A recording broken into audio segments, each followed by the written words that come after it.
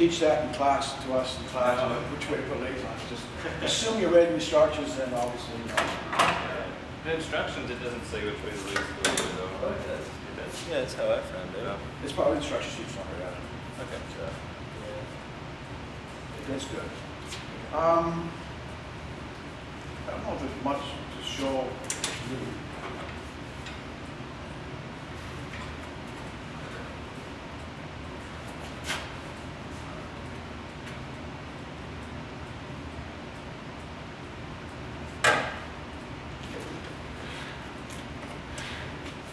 Here's two thread heads, back by each are caps. When you do a feeding, it'll zip down the far end. You don't want to do these little rubber rings like a windshield wiper, which there's no hair or debris. Oh crap. Okay. I still call it debris because it's not supposed to be there. right. All that has to be cleaned off, and I would suggest doing it every Friday for sure. Make sure you do a good clean. Take it down there, clean around here. The wiper's just got to be wiped down a little bit, just so that if you see a little bit of dried ink, sometimes they can get raised higher and higher for whatever reason. And since that rubber thing is the only thing that touches the bottom of the print head per se, you don't want dried ink being scored across your print. Right. So, do those caps. That's the main thing. And then when you take the bottom of the, when you take the head down the far end, what you should do, I suggest this to all customers on new installs, no matter what printer, if you like standing on your head, ignore what I have to say. But since I hate standing on my head, I suggest, your mirrors you get for the cable, for your lockers and stuff like that stick right on here. Oh, yeah. Get a mirror that sticks on here, because now you can just look at the mirror, use the flashlight, get a little 2-inch flashlight, leave it right there too, right? And then you can shine up in the bottom of the print head with one hand, clean around the print heads with the other hand, and use the mirror as your thing. It'll take a little bit to get used to, but you got to stand on your head like this here to see what you want to do. Yeah. And when you stand up, you get a little dizzy. At least I do. Yeah. Anyway, so you want to do Well, that. what would you have to look for? Well, if you see there's the silver ring. Okay. Is the perimeter of the print head. What you don't want is any buildup of ink on that silver ring on either side of the print head, on either side of the print heads, or on the back or front of the print head. Okay. And you want that to be cleaned off, right? So where's the silver ring at? It's right in The silver ring, right there to there. See? The Okay. print head's that Teflon little thing right there. Okay. You don't want to touch that with your fingers if you don't have to.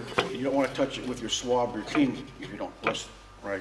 If you see a little hair stuck to it, try to get a pair of plastic tweezers and reach in. Sometimes you have to get in close. The idea is just don't get up there with a scraper and scrape the bottom print head. At $3,500 a print head, your dad's going to be pissed. So you want to do that. And that's why Friday afternoon at 4 o'clock or 4:30 before you shut down, this is what you do, this whole big cleaning. Around there, around here. Because then on the weekend, if it does a little cleaning, it self-cleans, it just sort of pulls down a little bit, just fresh ink, refreshing itself. You're going to have a nice clean print head on a nice clean cap, which will give you positives, the best positive steel that you can get, right? And if you start leaving the debris up there, you could let air in.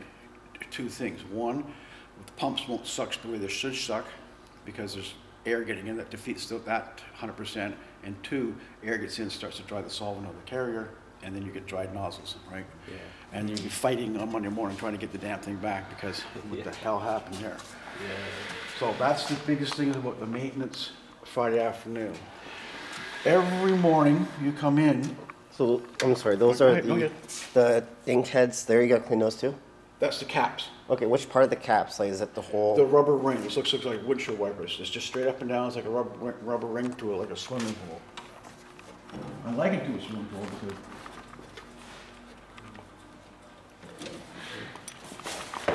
see the rubber ring that's across here, around the back, across the front, and across here, that the rubber ring.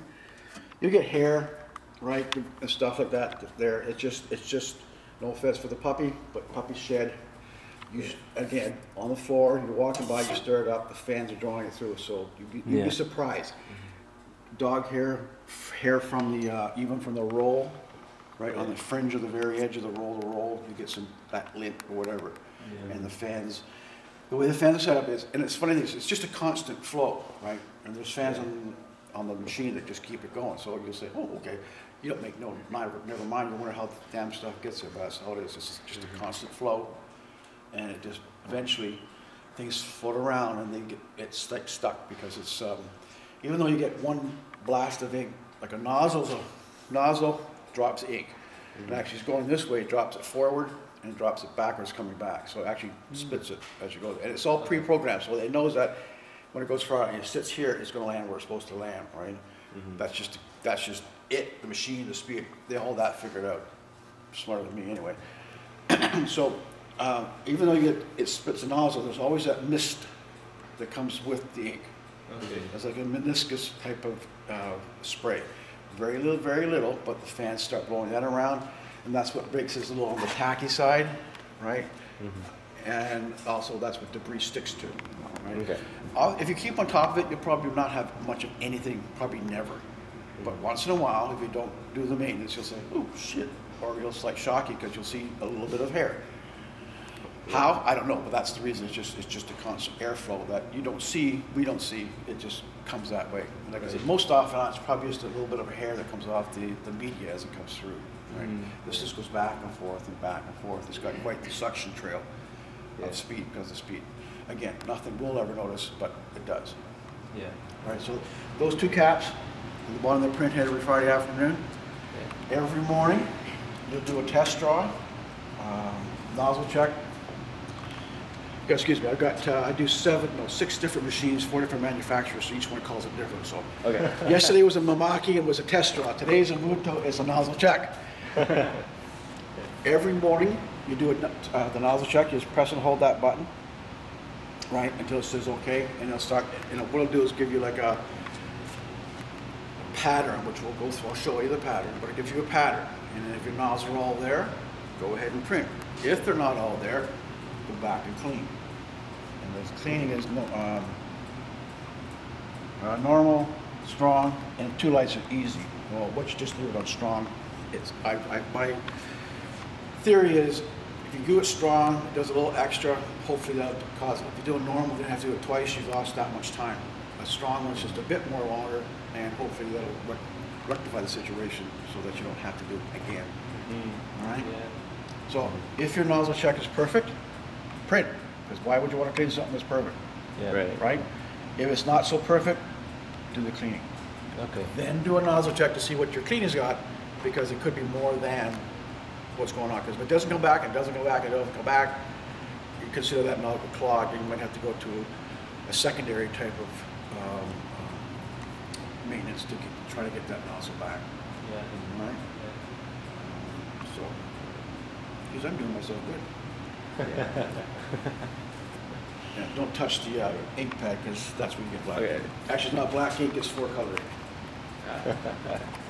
So that's it for the maintenance and daily care. So what button do you push for the cleaning?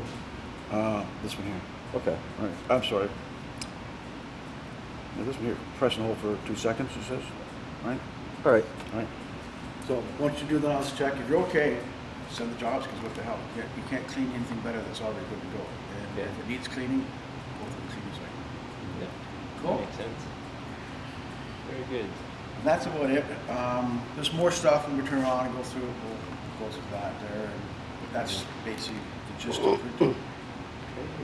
And Piece of cake, huh? how often do we have to do a nozzle check and a cleaning? Every morning. Every morning? No. Usually, you don't even listen to what you record. I'm listening. I just got here a little late. All right. You do the nozzle check every morning. Okay. If it's okay or it's perfect, print. Not so perfect, then you clean. Okay. So the only time you really have to clean, seriously, is that if your nozzle check doesn't pan out as the way it should. And we'll do the nozzle check and we'll go through it. We'll see how good and or bad it's not. Right. It is. Okay. Do you want to do this still coming? Stay here.